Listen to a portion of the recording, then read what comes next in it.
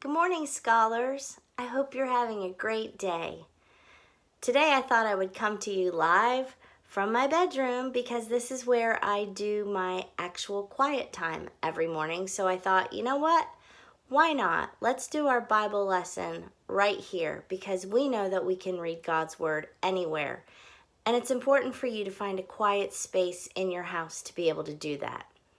So today, after I get a sip of coffee,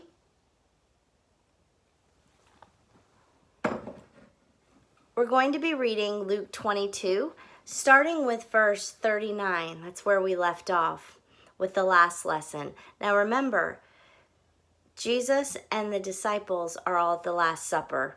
Jesus has already said that one of the disciples is going to betray him, Judas. And he's also told Peter that Peter will deny him 3 times before the rooster crows. So that's where we're at.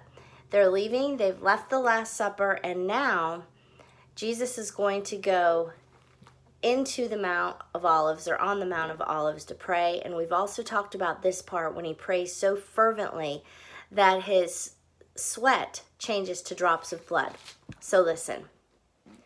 Then, accompanied by the disciples, Jesus left the upstairs room and went as usual to the Mount of Olives. That was his quiet place.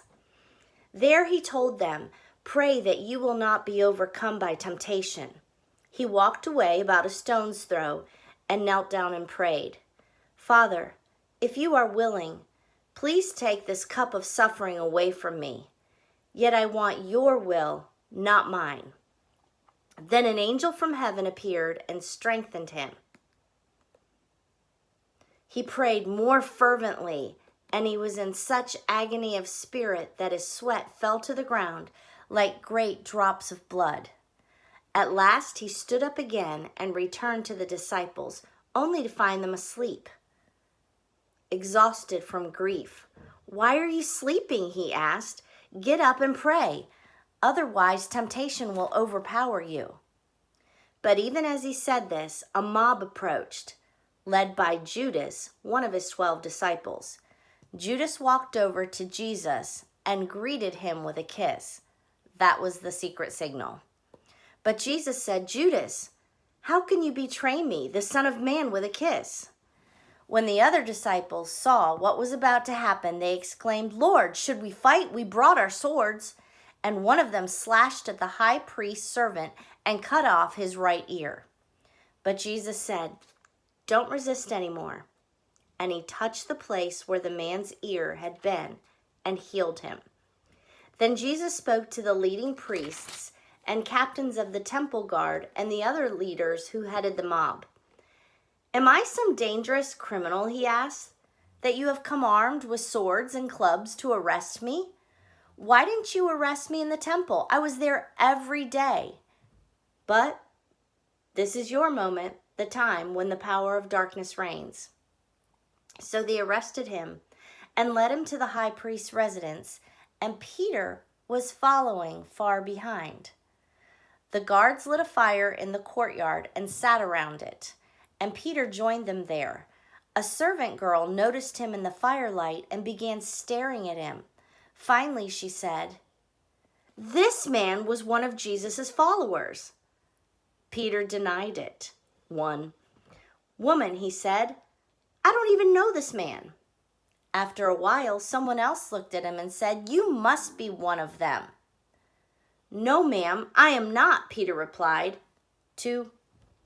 About an hour later, someone else insisted, "This must be one of Jesus' disciples because he is a Galilean too." But Peter said, "Man, I don't know what you are talking about." 3. And as soon as he said these words, the rooster crowed. At that moment, the Lord turned and looked at Peter. Then Peter remembered what the Lord had said. "Before the rooster crows tomorrow morning, you will deny me 3 times." And Peter left the courtyard, crying bitterly. Now the guards in charge of Jesus began mocking and beating him. They blindfolded him and they hit him and asked, "Who hit you that time, you prophet?" and they threw all sorts of terrible insults at him. At daybreak, all the leaders of the people assembled, including the leading priests and the teachers of the religious law. Jesus was led before this high council, and they said, "Tell us if you are the Messiah." But he replied, witty once again, "If I tell you, you won't believe me, and if I ask you a question, you won't answer. But the time is soon coming when I, the Son of Man, will be sitting at God's right hand in the place of power." They all shouted, "Then you claim you are the Son of God?" And he replied, "You are right in saying that I am." "What need do we have for other witnesses?" they shouted. "We ourselves heard him say it." And that's the end of chapter 22. Please make sure you go through and read it in your own Bible. I recommend a different translation. I use the Life Application Bible. And make sure that you have your quiet time, whether it's in your bedroom or another quiet room where you can be alone. I miss you. Mwah. Bye.